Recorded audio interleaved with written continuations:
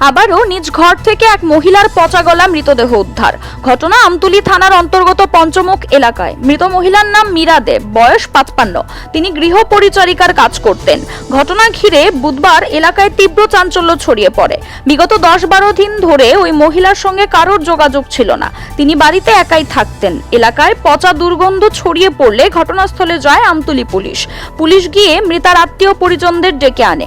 ঘরের ভিতর দিক থেকে দরজা লাগানো থাকায় দরজা ভেঙে পুলিশ ভেতরে ঢোকে।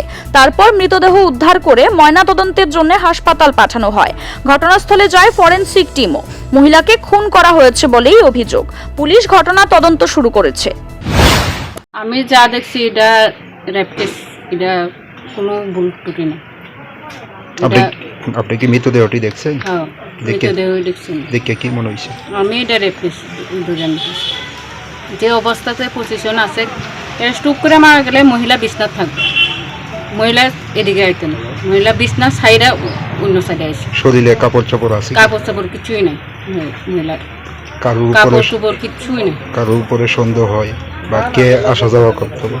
এটা ছাড়া আমরা এটা করতে পারতাম না, আমরা কন্টিনিউ তো আসা যাওয়া করি না, এদিকে আসা যাওয়ার মধ্যে কে থাকতো। কিন্তু হ্যাঁ, তাই না, ছেলে মারা গেছে যেহেতু দুনিয়ার পাড়াপতি আসতো, আজকে একটা পাড়া প্রতিবেশী কেউই নেই। কি কারণে নাই, মানে তো ওনার সঙ্গে কি যোগাযোগ আছে না? ওনার সঙ্গে যোগাযোগ আমরা তো বেশি হয় না, তাই না, তো মোবাইলে সুযোগ হয়ে রয়েছে, এমনি মোবাইলে যোগাযোগ করি, মোবাইল সুযোগ, মোবাইলেও তো পাওয়া যেতেছে না। উনি যখন একা থাকতেন, আপনার কি মনে হয় ওনার একাকিত্বের সুযোগ নিয়ে কেউ যাতায়াত করতো? ইদানিং এই ঘটনাটা ঘটতে পারে।